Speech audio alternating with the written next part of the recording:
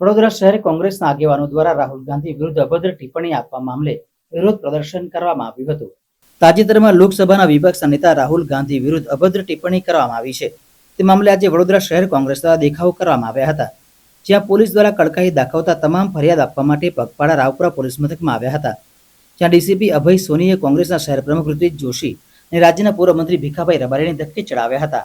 એટલું જ નહીં, ધક્કો મારતા ડીસીપી અભય સોની કહેતા હતા કે બહાર નિકાલો ઇનકો, તો બીજી તરફ ભીખાભાઈ રબારીએ જણાવ્યું હતું કે હું પૂર્વ મંત્રી છું, તમે આવી રીતે ના કરી શકો. અને ઋત્વિજ જોશીએ તરત જ આક્રોશિત થઈને પ્રતિકારકરણ શરૂ કર્યું હતું. બાદમાં અન્ય પોલીસ કર્મી વચ્ચે પડ્યા હતા અને કડકાઈ દાખવતા ડીસીપી અભય સોનીને શાંતિપૂર્વક રીતે ત્યાંથી અંદર લઈ ગયા હતા. તો બીજી તરફ મામલો થાળે પાડવા માટે અન્ય પોલીસ કર્મીઓએ કોંગ્રેસના આગેવાનોને જોડે સમજાવટ શરૂ કરી હતી. આ પ્રકારે પોલીસ દ્વારા કોઈ નેતાને ધક્કો માર્યો હોવાની ઘટના શહેરમાં લાંબા સમય બાદ બની છે. દેશના નેતા રાહુલ ગાંધી કે જેમને આ દેશમાં સત્ય, પ્રેમ અને અહિંસાની વાત કરી, ભારત જોડો યાત્રા કાઢી અને લોકોનો પ્રેમ અને વિશ્વાસ જીત્યો, ત્યારે ભારતીય જનતા પાર્ટીના નેતાઓ ગભરાઈ ગયા છે, ભગવાઈ ગયા છે.